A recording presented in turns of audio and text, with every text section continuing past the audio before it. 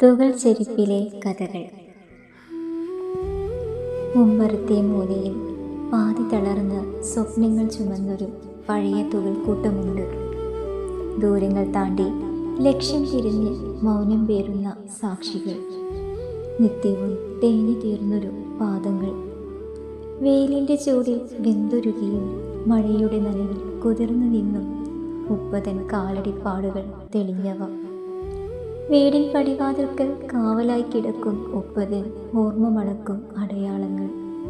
തൻ മോഹങ്ങൾ പാതി വഴിയിൽ മറന്ന് മക്കളുടെ പാതയിൽ പൂക്കൾ വിരിയിക്കാൻ സ്വന്തം വഴിയിലെ മുള്ളുകൾ താളൊലിച്ച് മുറിവുകൾ നൽകിയ വേദനകൾ ഉള്ളിലൊതുക്കി നിശബ്ദമായി നടന്നു ഉപ്പ ഈ കാലമത്രയും. ഇവ കേവലം തുകലിൻ പാഴ്കഷ്ണങ്ങളല്ല, ഉപ്പതൻ നിശബ്ദ ത്യാഗത്തിൻ്റെ പാഠങ്ങളാണ്. കുടുംബത്തിൻ വേരുകൾ കാത്തു സൂക്ഷിച്ചൊരു ഉപ്പതൻ സ്നേഹത്തിൻ്റെ നിത്യ സ്മാരകങ്ങളാണ്.